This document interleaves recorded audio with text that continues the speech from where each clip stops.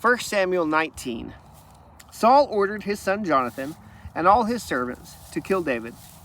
But Saul's son Jonathan liked David very much, so he told him, "My father Saul intends to kill you. Be on your guard in the morning and hide in a secret place and stay there.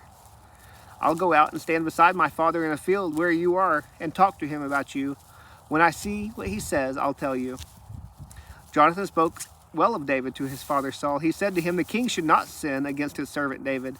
He hasn't sinned against you. In fact, his actions have been a great advantage to you. He took his life in his hands when he struck down the Philistine, and the Lord brought about a great victory for all Israel. You saw it and rejoiced, so why would you sin against innocent blood by killing David for no reason?" Saul listened to Jonathan's advice and swore an oath, "As surely as the Lord lives, David will not be killed." So Jonathan summoned David and told him all these words. Then Jonathan brought David to Saul, and he served him as he did before. When war broke out again, David went out and fought against the Philistines. He defeated them with such great force that they fled from him. Now an evil spirit sent from the Lord came on Saul as he was sitting in his palace holding a spear. David was playing the lyre, and Saul tried to pin David to the wall with the spear. As the spear struck the wall, David eluded Saul, ran away, and escaped that night.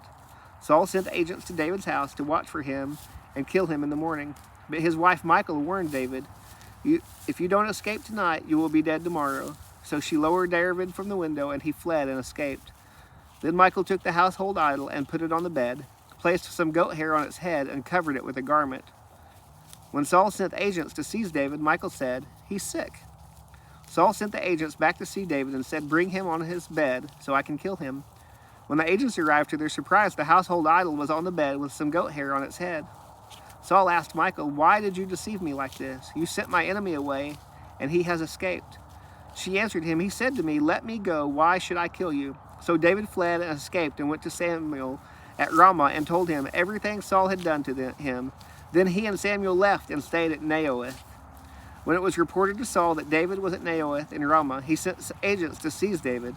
However, when they saw the groups of prophets prophesying with Samuel leading them, the Spirit of God came on Saul's agents, and they also started prophesying.